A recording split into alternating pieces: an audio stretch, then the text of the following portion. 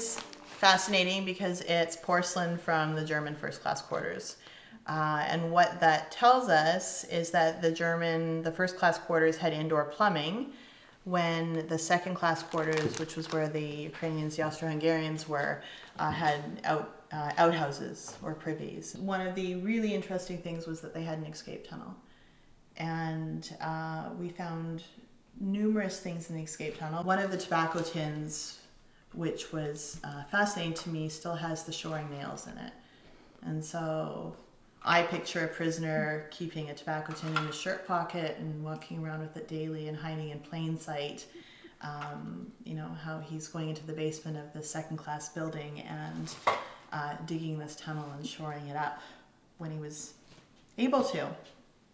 There was, of course, contraband, so we have blades. We have numerous tobacco tins, lots of different types.